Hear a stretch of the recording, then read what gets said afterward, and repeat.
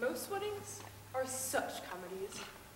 Not that they are intended as such, but since weddings are such high-state occasions involving amateurs under pressure, everything never goes right. Now, the central figure in this drama is the mother of the bride, the MOTB, not the bride or the groom or the minister.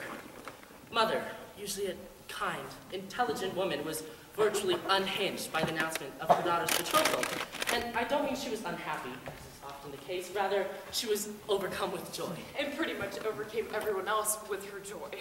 Nobody knew it, but the lady had a production plan that would have been met with Cecile B. DeMille's approval, a wedding fit for a princess bride. And the father of the bride began to pray for an elopement. She had 7 months to work, and no detail was left to chance or human error. Everything that could be engraved was engraved. There were teas and showers and dinners. The bride and groom met with the minister 3 times. The MOTB, on the other hand, was in his office more than the queen. Not only were the bridesmaids' outfits made to order, but the tuxedos for the groom and his men were bought. Not rented, mind you. Bought. And if that wasn't enough, the engagement ring for the jeweler was returned for a larger stone, quietly subsidized by the MOTB. When I say the lady came unhinged, I mean unhinged. The juggernaut of fate rolled down the road, and the final outcome. Guests with formal attire packed the church, and Enough candles were lit to bring daylight back into the night. From the choir loft, the orchestra gushed the great music, and the mother of the bride marched down the aisle and took her seat. She smiled. She sighed. The music softened, and count them, nine chiffon-draped bridesmaids marched down the aisle as the man and his groom marched into place. The wedding thunder roared. Here comes the bride. Preceded by 4 enthusiastic mini princesses chunking flower petals. And 2 munchkin ring bearers, 1 for each ring. The crowd rose and turned in anticipation. Oh, the bride. She had been dressed for hours, if not days. There was no adrenaline left in her body. Now, having been left alone with her father in the reception hallway, as the march of the bridesmaids went on and on and on, the bride began to peruse the tables as they were loaded with many gourmet goodies, and she absent-mindedly sampled the pink and yellow mints, and the silver bowls with nuts, and a cheese ball with 3, some glazed almonds, and this little sausage thing. With a frilly turkey. To wash it down, a glass of pink champagne. Her father gave it to her. To calm her nerves. What you noticed as the bride stood in the doorway was not her dress, but her face. Very white. For what was coming down the aisle was a living grenade with the pin pulled out. The bride threw up just as she was walking by her mother. And by threw up, I don't mean a polite little lady like Earth in her handkerchief. She puked. No good word for that. I mean, she posed the front of the camera, hitting 2 bridesmaids, the ring bearer, the minister, and the groom. We're quite sure of the details. We have it all on videotape. Even cameras worth. The MOTV had thought of everything. Now, having disgorged her hors d'oeuvres and the last of her dignity, the bride went limp in her father's arms. The groom fell to the ground, too stunned to function, and the mother of the bride let out a small whimper and passed out cold. There was a fire drill then, and there at the front of the church, that only the Marx Brothers could have topped. Groomsmen rushed about heroically, mini princess flower girls squalled, bridesmaids sobbed, and the people with weak stomachs headed for the exits. The smell of fresh wretch drifted through the church. You really did think of everything. Everyone was reassembled then. And the cast was put back into place. The bride was consoled, cleaned up, fitted out with the bridesmaid's dress, and hugged and kissed a lot by the groom. She'll always love him for that, you know. When he said, for better or worse, he meant it. The cast was then reassembled where we left off. A single flute played a quiet air. The words were spoken, and the deed was done. If people can hope for a wedding, that it be memorable, then theirs was a raging success. Nobody who is there will ever forget it. But that's not the end of the story. You see, on the 10th anniversary of this disastrous affair, a party was held. A feast was laid, friends were invited, and 3 TV sets were mustered. Remember, there were 3 cameras at the scene of the accident. All the videos were shown at once, and the effect was quite interesting. But the part that got the most cheers and claps was when the camera focused on the father of the bride, contemplating the thought of his wife being revived. This was my favorite part of the story. Not because of the party, but because of who organized it. Of course, the infamous MOTV. And nobody laughed harder at the videotapes than she. There's a word for what she has, and it's grace. And that's why she's been married to the same man for 40 years, and why her daughter loves her still.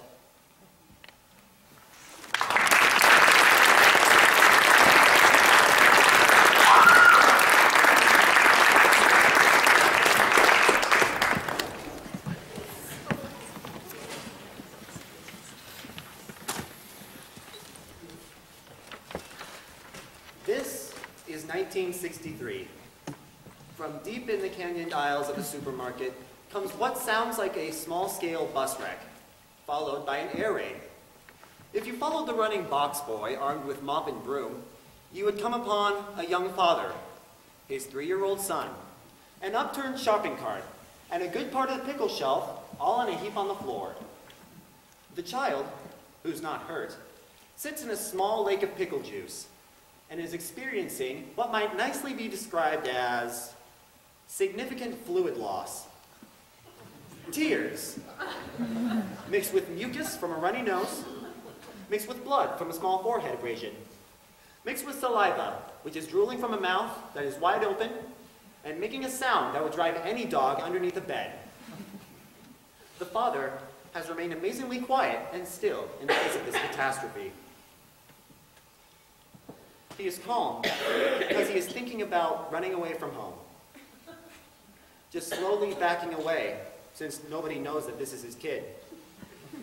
Just getting in the car and driving away to California, maybe. Changing his name. And getting a job as a newspaper boy or a cook in an all-night diner. Something, anything that does not involve contact with 3-year-olds. Oh, sure, someday he may find all this amusing. But in the most private part of his heart, he's sorry he has children. Sorry he grew up. Sorry he married. And above all, sorry that this particular child cannot be traded in for a model that works.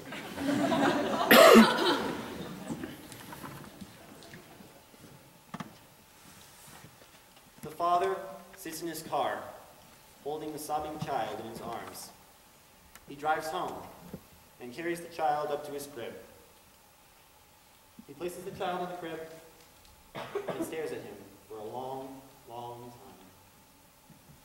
The father does not run away from home.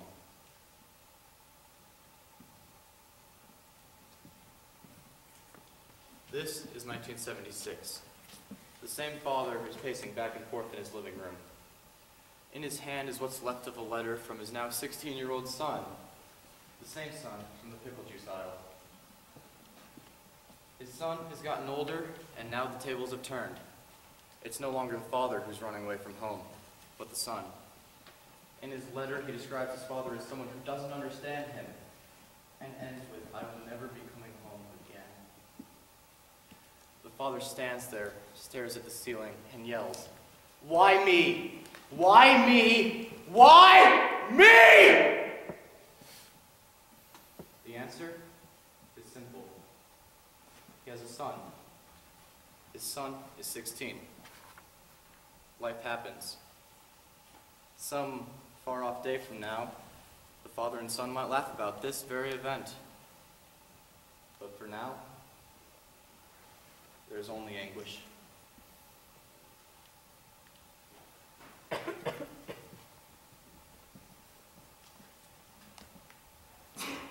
Year is 1988.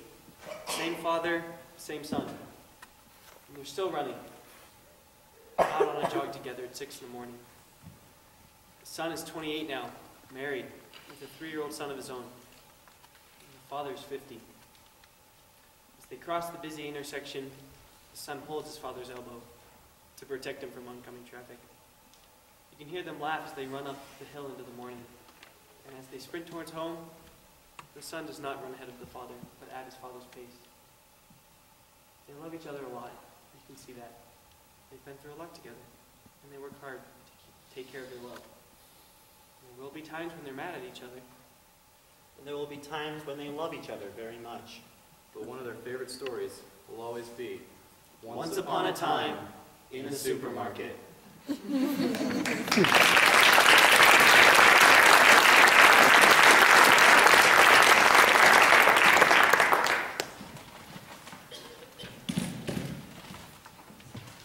There are little clues that my life is beginning to enter a new stage.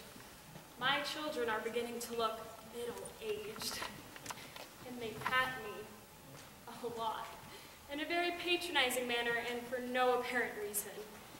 I'm not going to ask them why they pat me. I'll take all the affection I can get from them in whatever way they want to dish it up. But But another clue of change is the sudden desire to take small children out on excursions. My granddaughter Sarah and I went on an adventure that sounds like a title of a B-grade children's storybook. Grandmother and granddaughter go to the zoo. First time. We saw the lions and the tigers and the bears and the gorillas and the giraffes and everything else.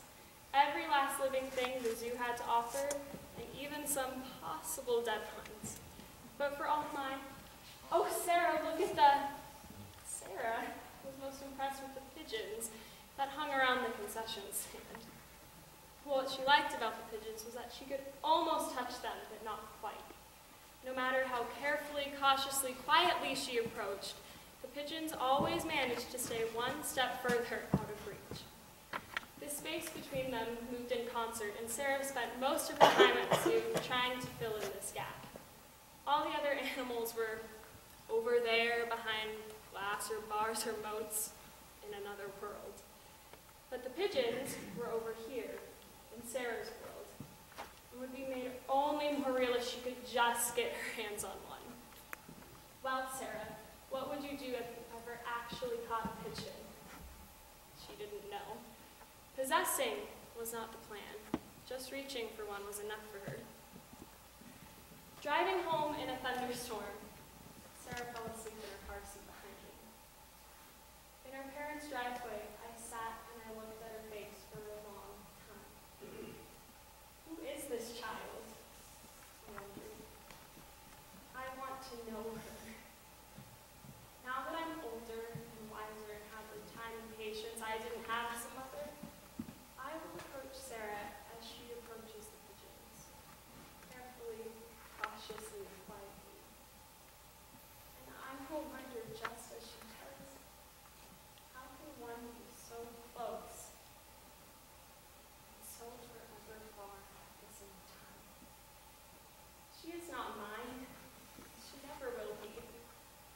She has two people who think of her as their daughter and four people who think of her as their granddaughter. But Sarah belongs only to herself. There will always be this moving space between us, this untraversable distance that must be treated with respect.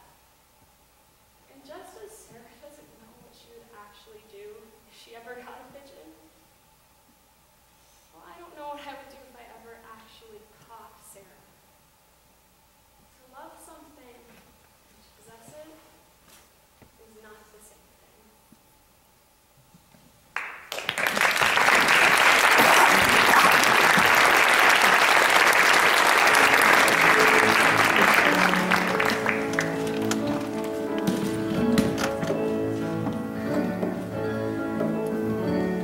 Is there any force of nature more alive than the independent spirit of a 4-year-old child?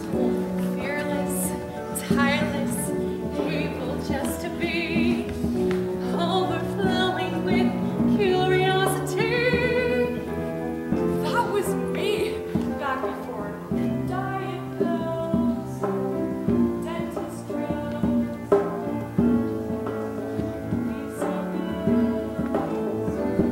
There was a time when you couldn't hold me back, when my imagination ran riot, when I cooked a jumbo box of crayons in the toaster just to try it. There was a time when me and my brother battled monsters on the planet Mars, and we hid the bushes in our swimsuits and mooned passing cars. There was a time when I would try anything, when I had creativity to burn. Now it seems the only time I'm creative is when I'm filling out my tax returns.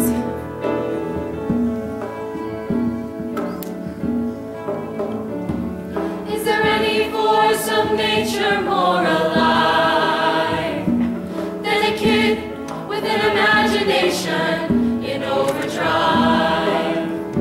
Building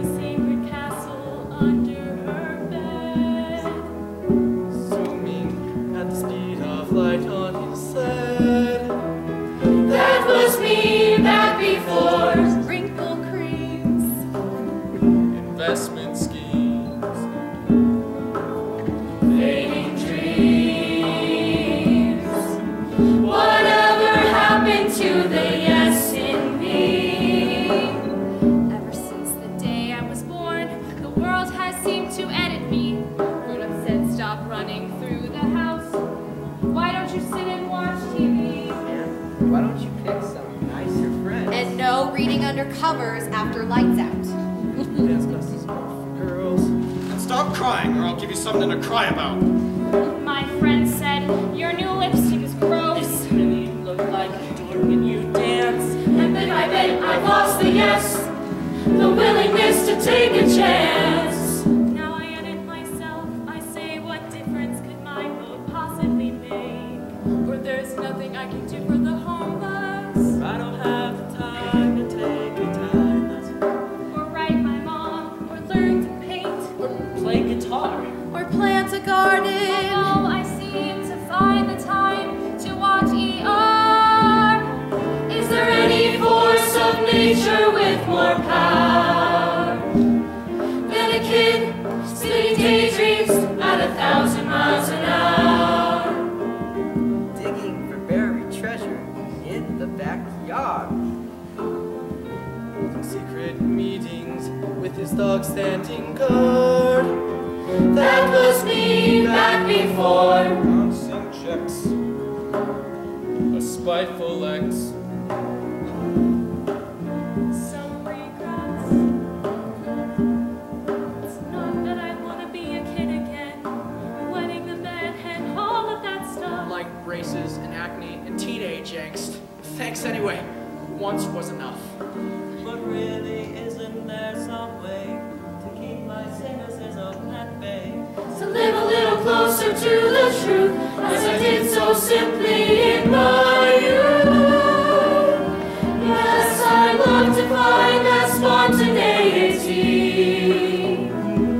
As a grown-up in my work with my family, in the midst of daily ordinariness, there has to be a grown-up way to say yes, yes, yes,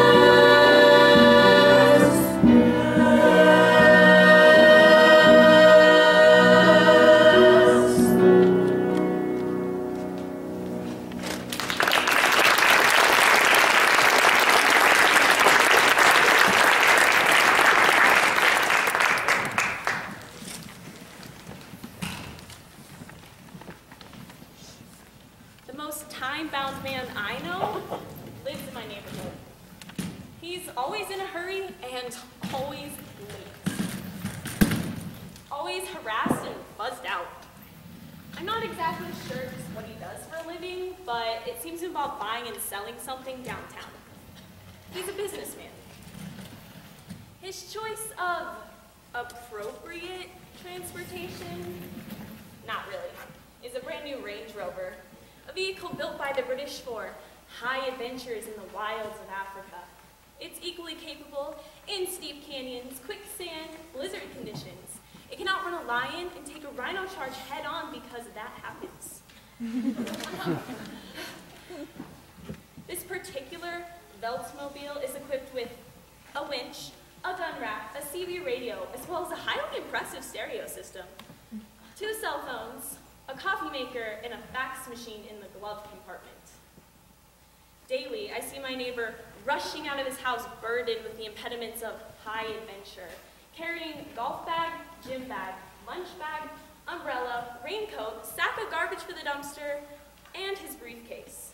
About the briefcase, though, it is made of the purest, unblemished belting leather, the best part of the hides of 4 carefully selected cows who gave their lives so he may carry this talisman of success.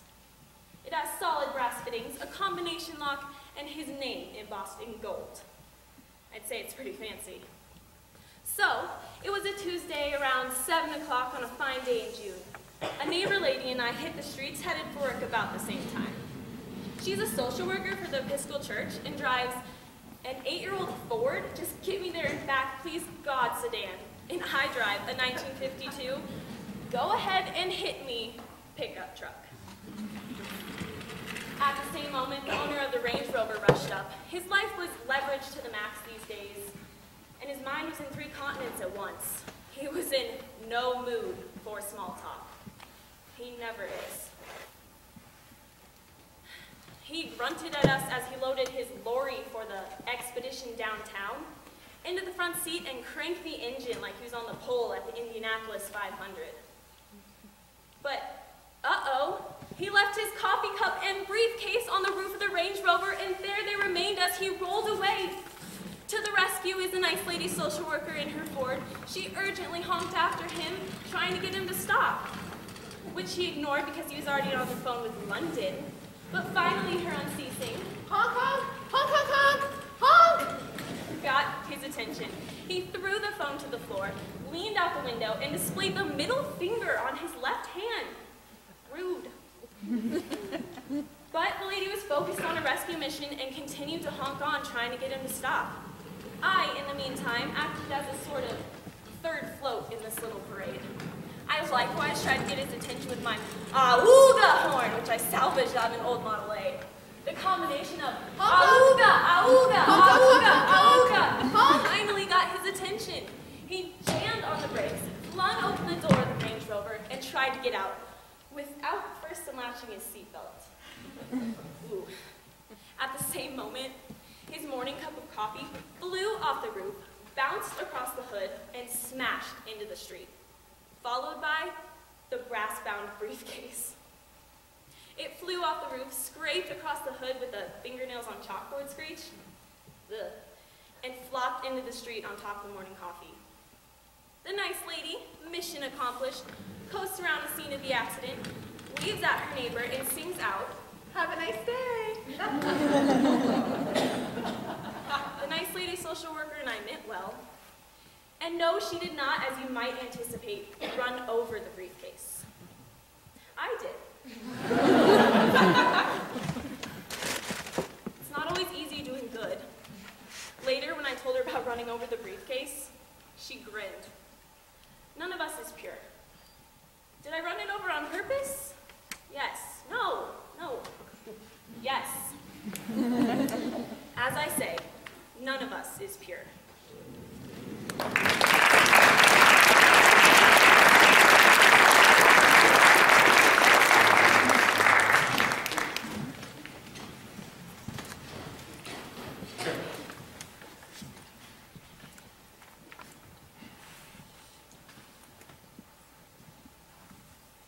Next. Next.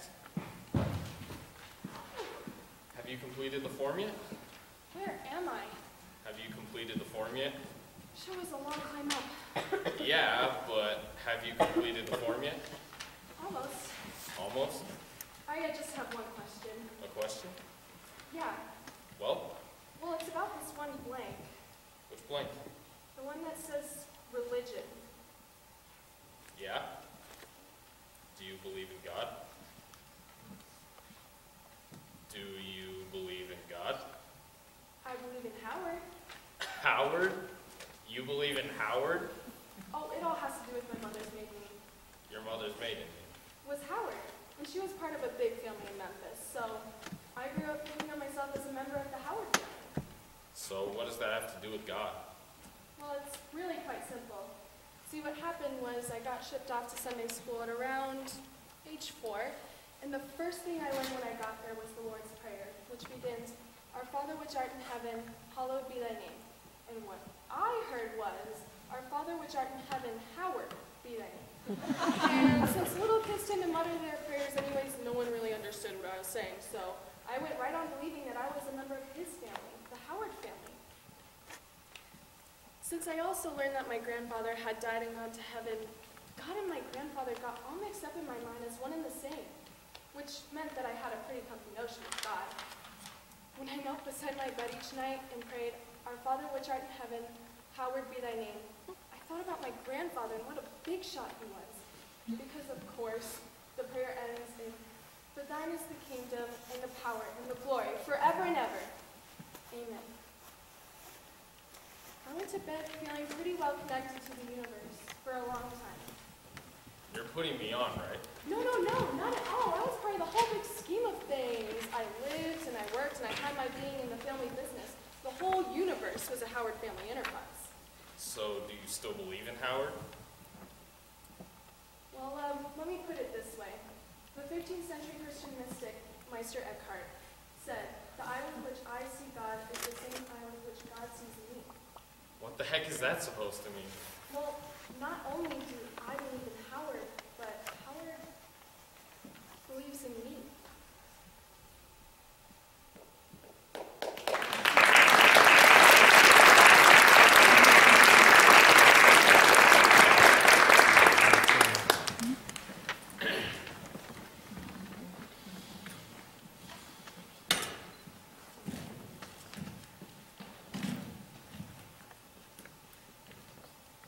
It's February, and I have an appointment for a physical. In the waiting room, there are two people, much older than I. Very nice, tidy, intelligent-looking couple, both probably in their 80s. Here to see a doctor, too, I guess. So here I am, in my February state of mind, when the old man next to me nudges me and says, Hey, Merry Christmas. "It's February, right?" Yeah, it's February. But I turn to the old man and I say, "Merry Christmas to you." And he sits back in his chair and he starts singing. Oh, you better watch out. You better not cry. All the way You through. better not pout. I'm telling you Till why. the end. Santa Claus is coming to town. He finishes and says, Hey, Merry Christmas. and so I turn back to him and say, "Merry Christmas to you." And think, am I crazy? Well, thankfully the nurse comes in and takes him off.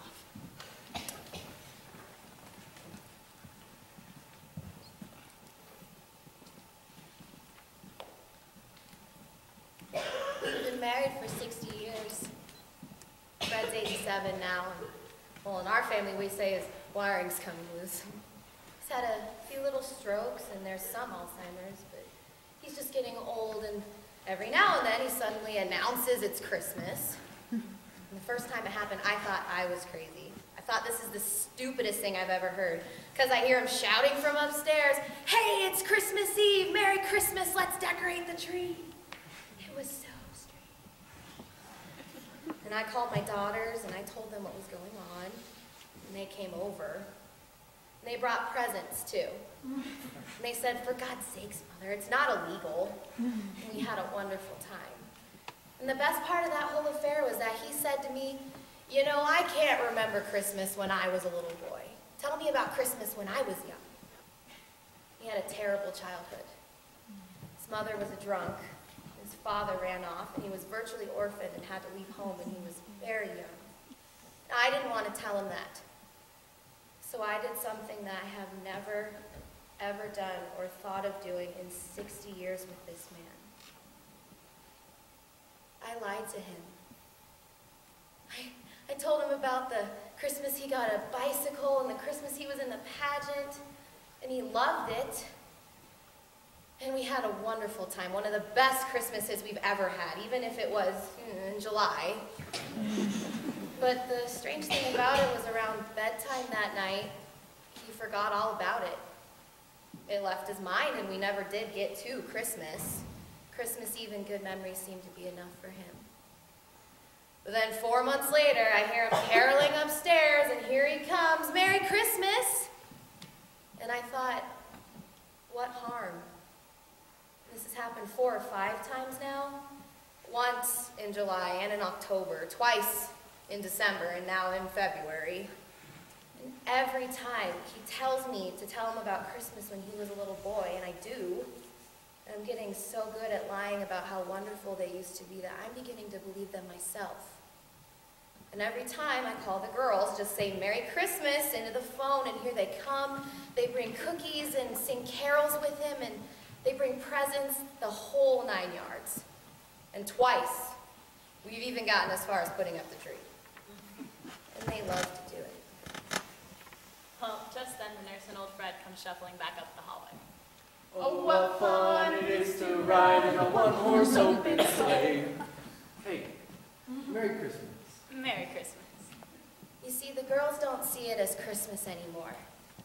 They think of it as Father's Day. And I kind of think of it as Valentine's Day. Merry Christmas.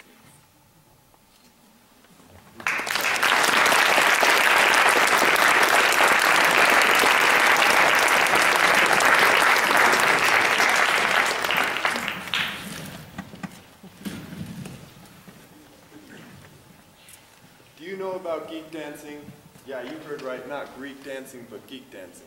The word geek is actually in the dictionary. It refers to a carnival performer whose act consists of doing weird things, like biting the head off a live chicken. In current slang, a geek is someone who looks like they could be capable of doing something like that. Someone who bears watching. But I've heard kids use the word geek to describe someone who is older and independent in lifestyle. I kind of find a compliment in there somewhere. A little strange, but interesting. A lot of us older types are a bit geeky. You come to that point in life where you decide to weird out. You start out the door in your bedroom slippers. You don't go back and change into your shoes. Heck with it. Or you go to the mailbox in your bathrobe, your oldest, sleaziest bathrobe. Or the doorbell rings. You don't go and check yourself in the mirror. You just open the door.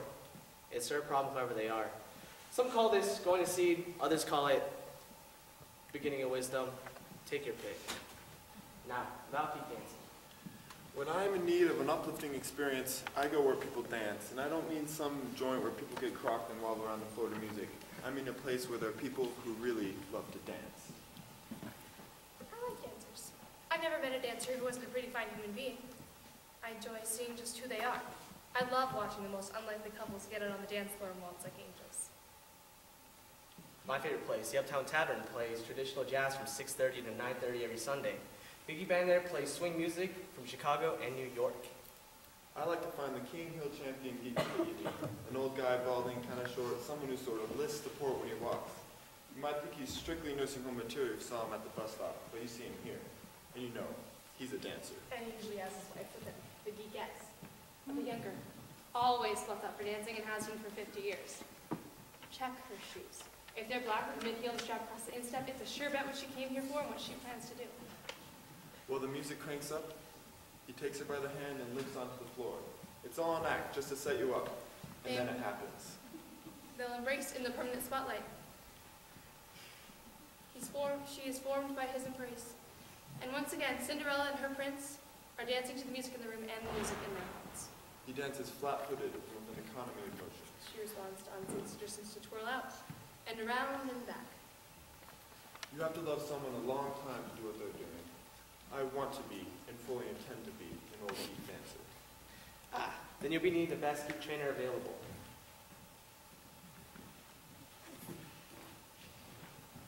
I think it's a public responsibility for us geeks to keep everybody as young as long as possible. Set an example for the next generation of geeks. I don't want to die quietly in my bed either. But at the end of some lovely night, sit down, smile, and pass on. All of this reminds me of something I heard about the Hopi Indians. They don't think there's much difference between dancing and praying, and that both are necessary for a long life. They say that to be a good Hopi is to be one that takes part in all of the dances and has a quiet heart. Yes.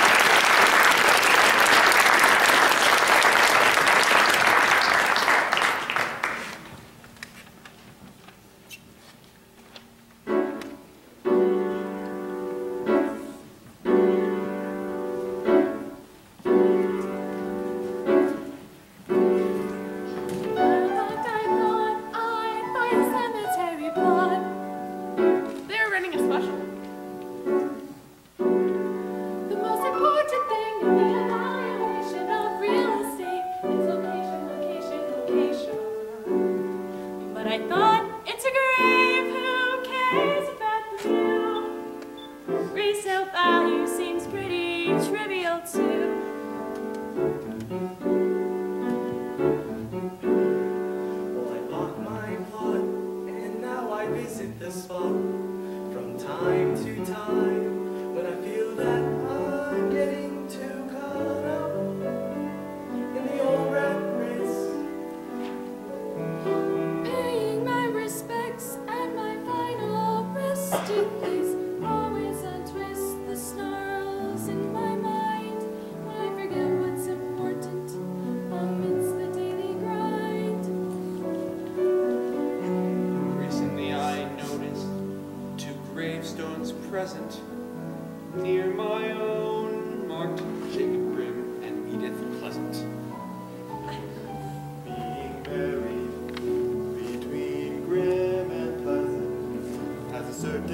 cliche. Wouldn't you say? I would say.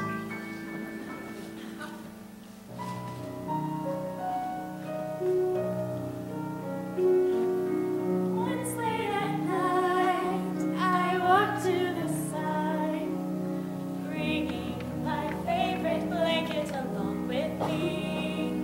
I stretched out on my grave and made a startling discovery. This grave has an incredible view. Looking straight up. Starlight, like a millions of light years for me to see. I was struck by the heavens' magnitude and complexity. Then I realized I'm part of that geometry. I never liked the verse that said, dost thou want, dost thou shalt return. We are energy, interchangeable with light. Humanity is dreams, hopes and fears, bliss and melancholy, held together by wisdom, pulled apart by folly. So much more. The Bible verse should say instead, miracle thou art, into mystery thou shalt return.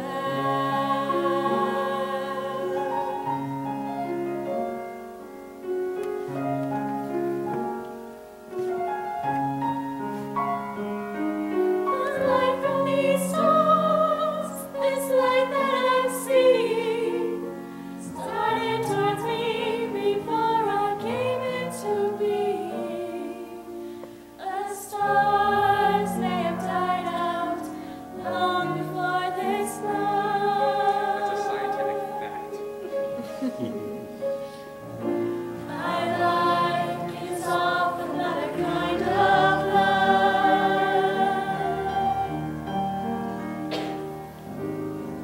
The light will shine on and long after the source is